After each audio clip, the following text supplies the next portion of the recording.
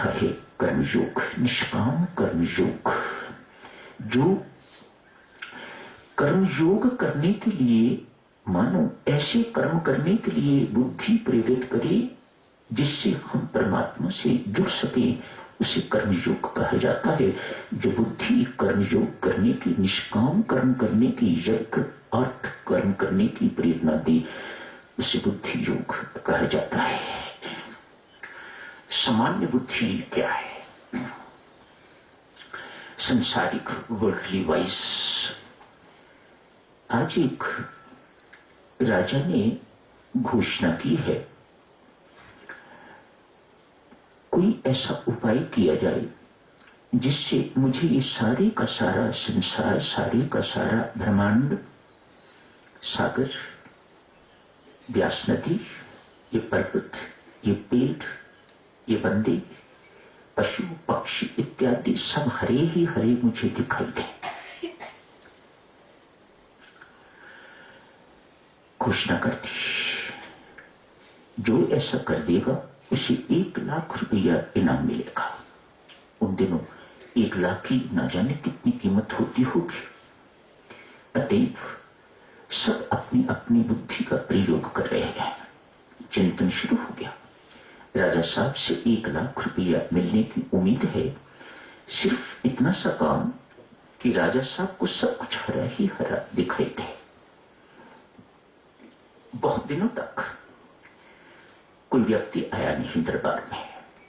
आज एक युवक दरबार में आया है। आके कहा, राजा साहब, मैं जो आप चाहते हैं ऐसा कर दूंगा, ऐसा आपके साथ हो जाएगा, पर 1 लाख रुपया मुझे पहले दे दीजिएगा। राजा ने कहा, ठीक है, मैं तुम्हें 1 लाख रुपया पहले दे देता हूं, लेकिन एक शर्त है, यदि ऐसा ना हुआ जैसा मैं चाह रहा हूं तो तेरी गर्दन काट दी जाएगी। तो युवक ने कहा, राजा साहब, मुझे मंजूर है। 1 लाख रुपया ले लिया, बाजार गया है। बाजार जाके तो थोड़े से पैसे की एक हरी ऐनक खरीद ली है, राजा को पहना दी है। राजा को सब कुछ हरा ही हरा दिखाई देने लग गया है। ये सामान्य बुद्धि है, ये संसारिक बुद्धि है।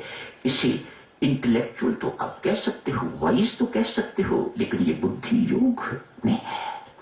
बुद्धि योग तो अलौकिक वही है ना, जिसकी बुद्धि अलौकिक हो जाए, प्रकाशित हो जाए, जो परमात्मा की ओर मोड़ने लगे, उसके साथ योग करने की प्रेरणा देने वाली बुद्धि बुद्धि योग कहलाती।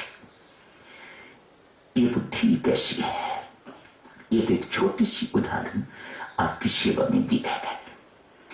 आगे बढ़ते हैं।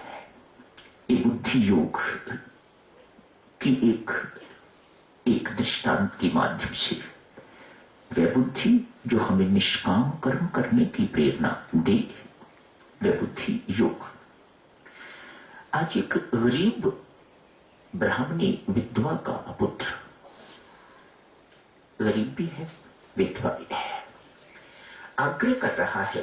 ये पुत्र अपनी मां से बार बार कहता है, मां, मुझे राजा साहब से मिलना है। जितनी बार भी ये मां को ये कहता है, मां उसे निरुत्साहित करती है, बेटा, हम गरीब आदमी हैं, छोटे आदमी हैं, हमारी कोई जान पहचान भी नहीं, कोई पहुंच भी ऐसी नहीं जिनके माध्यम से हम राजा साहब को अप्रोच करें और तू उनसे मिल सके। लेकिन ये पुत्र किसी भी कीमत पर मानने को तैयार नहीं, बहुत आग्रह कर रहा है, कुछ भी हो मां, मुझे राजा साहब से मिलना ही है। ठीक है बेटा, मैं तुम्हें एक युक्ति बताती हूं। राजा साहब का महल तैयार हो रहा है, वहां जाके नौकरी कर, लेकिन कुछ लेना नहीं, कोई वेतन नहीं लेना, मजदूरी नहीं लेनी। वेतन मजदूरी ही है ना, छोटी मजदूरी कहो, बड़ी मजदूरी कहो, लेकिन है तो मजदूरी ही। छोटा मजदूर, बड़ा मजदूर, सर पर रोड़ी का कूटने वाला, टोकरी ढोने वाला, मिट्टी उठाने वाला मजदूर, उसको मजदूरी मिलती है। तो डॉक्टर क्या है? डॉक्टर भी मजदूर है, बड़ा मजदूर है, उसको बड़ी मजदूरी मिलती है। एक ऑफिसर क्या है? वह भी मजदूर है, बड़ा मजदूर है, उसे बड़ी मजदूरी मिलती है। कर्मचारियों को 1 महीने के बाद मजदूरी मिलती है, इन बेचारों को रोज के रोज मिल जाती है। पर हैं सब मजदूर। जब तक निष्काम भाव से कर्म नहीं किया जाता, उसे सेवा नहीं कहा जा सकता, वह मजदूरी ही है। आज तक हम मजदूरी ही करते रहे हैं। नौकरी की तो मजदूरी की, जहां जहां जो कुछ भी किया, जहां जहां भी हम कुछ दे के तो लेते हैं, उसे मजदूरी कहा जाता है। जहां करके कुछ लिया ना जाए, उसे निष्काम सेवा कहा जाता है। आज मां इस पुत्र को प्रेरित कर रही है, बेटा जाके वहां सेवा कर, कुछ लेना है। पुत्र के दिल में बात बैठ गई, जाके काम करना शुरू कर दिया। काम मिल गया। बिना पैसे के किसको काम नहीं मिलेगा? जिसने कुछ लेना ही नहीं बदले में, आओ करो काम। राजा साहब के महल बनाने में ये युवक लग गया है, नौकरी लग गई है इसकी, मजदूरी करनी शुरू कर दी है। कुछ दिन व्यतीत हुए और उनसे अधिक काम करता है।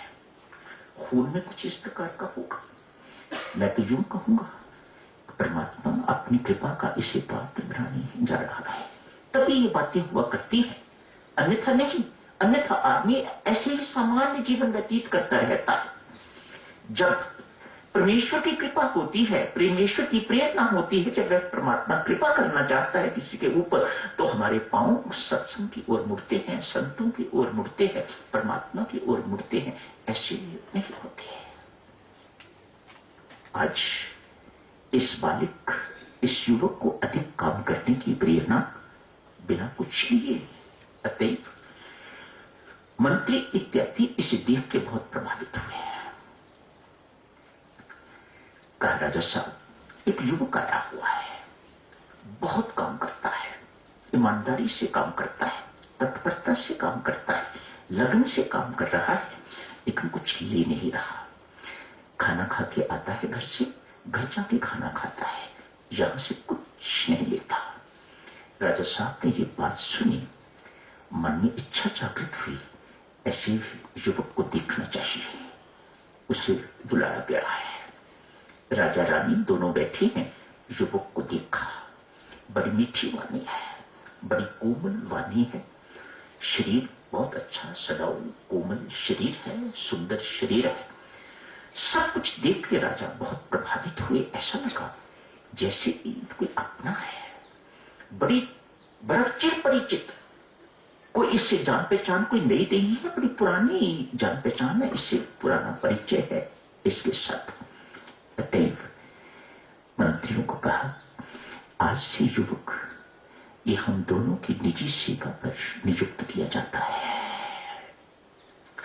भक्तजनों, निष्काम भाव से कर्म जब किया जाता है, जिसमें स्वार्थ नहीं होता, निष्काम अर्थात जिसमें अपने सुख अपनी सुविधा की चाह नहीं होती।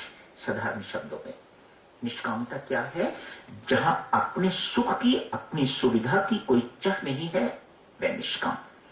जहां ऐसी भावना हुआ करती है, ऐसा कुछ हुआ करता है, परमेश्वर की कृपा से भीतर की सारी सोई हुई सुप्त शक्तियां जागृत होती हैं। भीतर बहुत कुछ है परमात्मा ने दिया हुआ, लेकिन सोया पड़ा है। किसी को जगाना नहीं आता, किसी को उनसे काम लेना नहीं आता।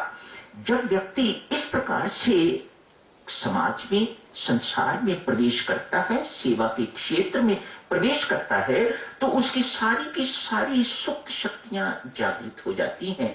लेकिन इसके विपरीत यदि स्वार्थ से कर्म करता है, कुछ मन में कामना रख के, मनोकामना रख के कर्म करता है, तो ये सारी की सारी शक्तियां सोई पड़ी रहती हैं, बल्कि संत महात्मा कहते हैं कुंठित हो जाती हैं और बिगड़ती हैं, ये और नकारी हो जाती हैं, किसी काम करने योग्य नहीं रह करती। तो भक्तजनों, अभी तो समय हो गया है, यही समाप्त करने की इजाजत दीजिएगा। परसों इस चर्चा को और आगे जारी रखेंगे।